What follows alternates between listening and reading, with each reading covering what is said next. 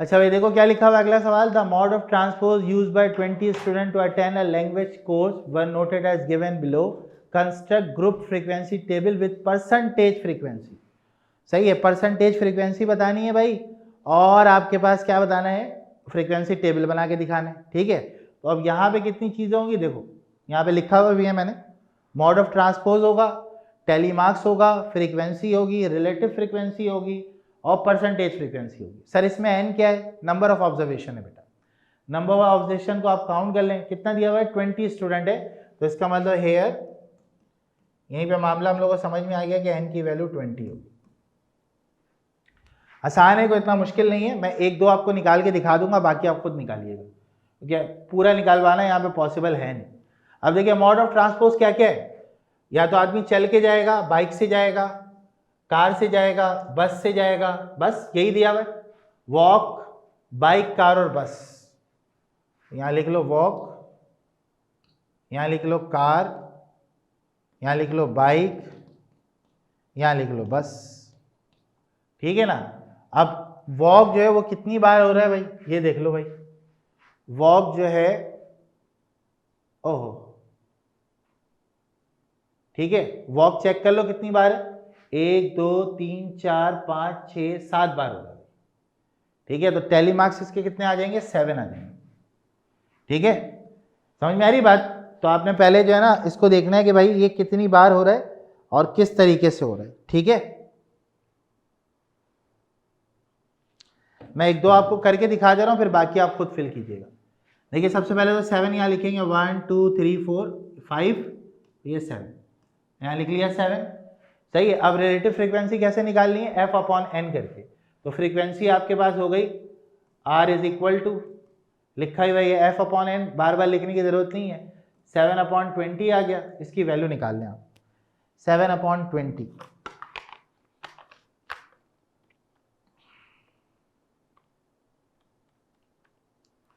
कितना आ गया भाई, 0.35। परसेंटेज फ्रीक्वेंसी कैसे निकालेंगे आप, percentage frequency is equal to f upon n multiply by 100। तो f अपॉन n तो हमने निकाल लिया ना, तो 0.35 मल्टीप्लाई बाय 100 हो गया, तो कितना हो जाएगा भाई, ये आ गया 35।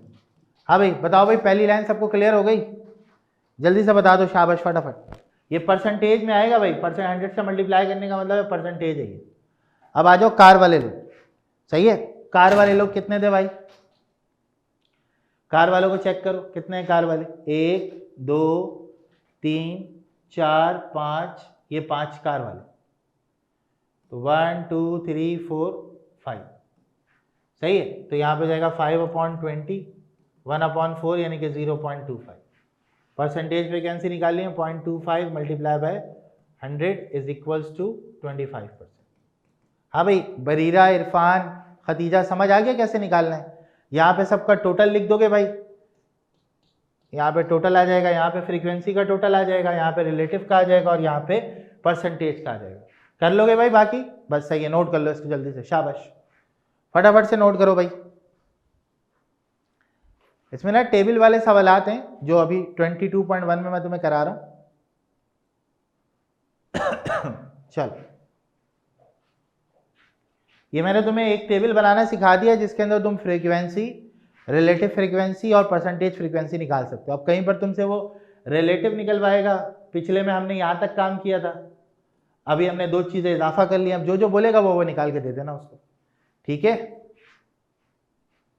Out of 5 work 4.0 0.5 obtain frequency table with discrete classes and relative frequency. कर लोगे भाई ये, देखो इसमें क्या क्या बनेगा, मार्क्स ऑफ स्टूडेंट आ जाएंगे, टेली मार्क्स आ जाएगा, फ्रीक्वेंसी आ जाएगी और रिलेटिव फ्रीक्वेंसी आ जाएगी। हो जाएगा ये, हो जाएगा, जल्दी से बताओ। ये मार्क्स दिए हुए ना 5 टेस्ट के अंदर स्टूडेंट के मार्क्स आए हैं, इसमें बताओ n की वैल्यू कितनी होगी। देखो बेटा अगले सवाल के अंदर जो है ना कुछ चीजें मुझे तुम्हें ऐसे भी बतानी है। लिखा हुआ construct a frequency distribution with continuous classes of the number of absentees in class for 18 days. सही है, एक फ्रीक्वेंसी टेबल बनाना है और लेकिन कंटिन्यूअस क्लासेस के लिए बनाना है। तो कंटिन्यूअस क्लासेस का जो टेबल होता है ना वो थोड़ा सा मुश्किल होता है, ये मैं आपको पहले बता दे रहा हूँ, और इसका सवाल शादिर और नादिर पेपर में आता है। ठीक है तो इसमें ना आपकी बुक में पेज नंबर मैं आपको बता दे रहा हूँ, वहां से पढ़ भी लीजिएगा। वैसे मैं आपको चीज़ें डिटेल तो यहाँ पे शेयर कर ही लूँगा। जैसे आपके पास जो है ना, ये आपको दिया हुआ है frequency table with continuous classes, page number 131 पे। क्वेश्चन नंबर 8 तो है बेटा, लेकिन वो आपके पास पेज नंबर 131 पे दिया हुआ है। ठीक है, तो इसमें कुछ चीज़ें हैं जो आपको यहाँ पे मैं क्वेश्चन के साथ साथ ही पढ़ाता जाऊँगा। ठीक है,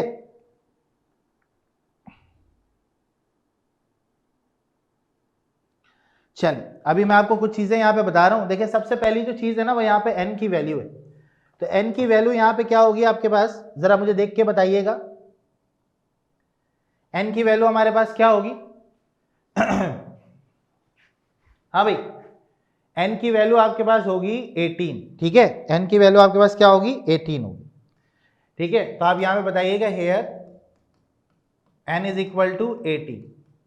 सही है, उसके बाद आपको यहाँ पे बताना है m की वैल्यू। अब m क्या चीज़ है वो मैं आपको समझाता हूँ।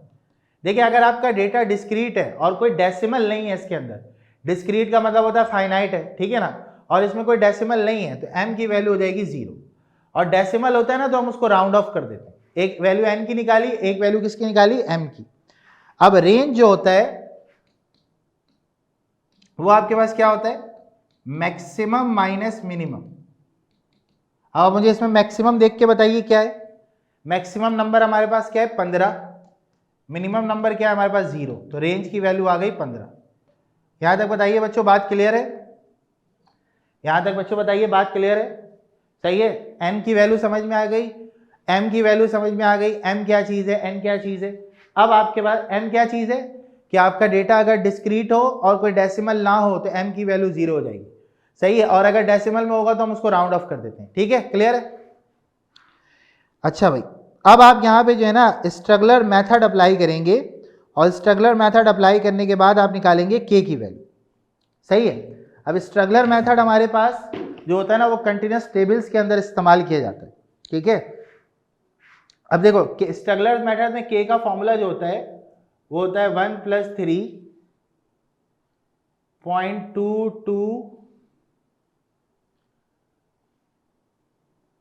3.22 लॉग ऑफ n, और n की वैल्यू हम लोगों ने निकाल ली है। अब आप लोग मुझे जरा देख के बताइए, इसको जरा कैलकुलेट कीजिए और मुझे बताइए वैल्यू आ क्या रही है, k की वैल्यू बताइए क्या आ रही है। तो भाई नेक्स्ट हम फाइंड करेंगे हाइट। हाइट क्या है हमारे पास? 1/10 की power m r/k multiply by 10 की पावर है। तो आपने वैल्यूज रखी, m की जगह 0, r की जगह 15, k की जगह 5 और मल्टीप्लाई बाय 10 की पावर 0। तो हाइट की वैल्यू आपके पास कितनी आ गई? 3 आ गई। अब ये हाइट आपने निकाल ली है।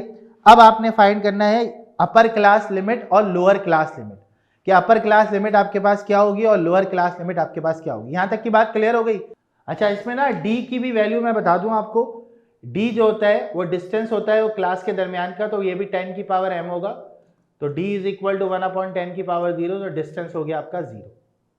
ठीक है भाई, अब आगे एक चीज देख लो, ये d जो हमने निकाला था लोअर क्लास लिमिट, तो हमें पता है ना 0 होगी, क्योंकि हम 0 से स्टार्ट करेंगे। अपर क्लास लिमिट के लिए हम क्या करते हैं? LCL plus h minus D. LCL 0 हो गया हमारा, हाइट जो है वो 3 के बराबर है, वो निकाल ली थी हमने, d हमारा 1 के बराबर है, तो अपर क्लास लिमिट आपकी हो गई 2। यानी कि जो पहली क्लास हम बनाएंगे ना वो 0 से 2 होगी, और हर क्लास के दरमियान में जो हाइट होगी वो 3 के बराबर होगी। समझ में आ रही बात? इतनी मेहनत हमने इसलिए की है। सही है, आर कहाँ काम आया, रेंज कहाँ काम आई, वो देखो ये यहाँ काम आई है, मतलब सब चीज कहीं ना कहीं यूज हो रही थी। ये देखो के कहाँ काम आया, वो भी यहाँ काम आया। तो मतलब हमें हाइट निकालनी थी, हमें डिस्टेंस निकालना था, ये सारे काम करने के लिए हमें एम और के की जरूरत पड़ी थी। अब देखो भाई, अब सारा काम हमारा हो गया, अब बहुत आसान है। अब आगे सिर्फ जो है ना अपने टेबल को मैप करना है। ठीक है, देखो हर क्लास के दरमियान में तुम्हारी जो हाइट होगी वो 3 के बराबर होगी। शुरुआत तुमने 0 से करनी है और 2 पे खत्म करना है। ठीक है ना? सही है भाई, बात समझ में आ गई? अब देखो यहाँ पे आपके पास क्या आएगा, यहाँ पे आपके पास आ जाएगा जो क्लास के आपके एब्सेंटीज हैं उनकी वैल्यू आ जाएगी। उसके बाद आप टेलीमास लिखोगे, उसके बाद आप क्या लिखोगे? फ्रीक्वेंसी लिखोगे। ठीक है, अब यहाँ पे आप जो लिखोगे ना वो लिखोगे क्लास इंटरवल। ठीक है, अब देखो ये जा कहां तक रहा है, ये जा रहा है आपके पास 15 तक। तो पहली लिमिट जो होगी वो 0 से 2 हो गई, फिर 3 से क्या हो जाएगी 5 हो जाएगी, फिर 6 से क्या होगी 8 हो जाएगी, 9 से क्या होगी 11 हो जाएगी, 12 से क्या हो जाएगी 14 हो जाएगी, और 0 1 2 हो गया, 3 4 5 हो गया, 6 7 8 हो गया, 9 10 11 हो गया, 12 13 14 हो गया, और 15 जो कहाँ हो गया आपके पास 17 हो गया। ये सबको समझ में आया मैंने कैसे लिखा है?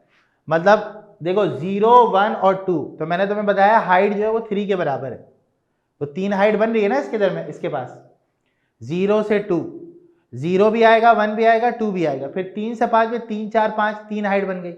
उसके बाद आपके पास है टैली मार्क्स, और उसके बाद आपके पास है फ्रीक्वेंसी। अब ये आप लोग फिल करना बहुत अच्छे से जानते हो, कैसे फिल करोगे? आपने देखना है 0 से 2 वाले जो इंटरवल्स है वो कितनी बार आ रहे हैं आपके पास, ठीक है? 0 से 2 वाले काउंट कर लो भाई, कितने हैं भाई 0 से 2 वाले?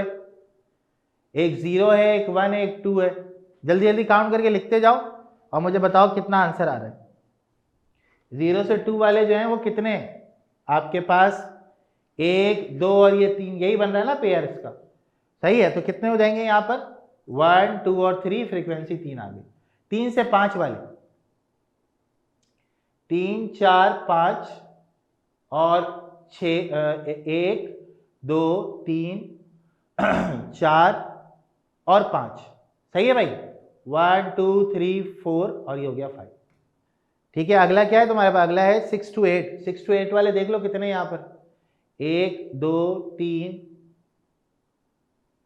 बस 3 ही है 6 to 8 वाले, तो यहाँ पे 3 आ जाएगा, 3 लिख लेना। कर लोगे बाकी फिल? यहाँ पे टोटल आ जाएगा तुम्हारे पास, जो भी टोटल होगा फ्रीक्वेंसी का। तो इस तरीके से इसका टेबल हमने बनाना था, सही है भाई? मैंने तुम्हें दोनों करा दिया है, डिस्क्रीट भी करा दिया है, कंटिन्यूअस भी करा दिया है, ठीक है?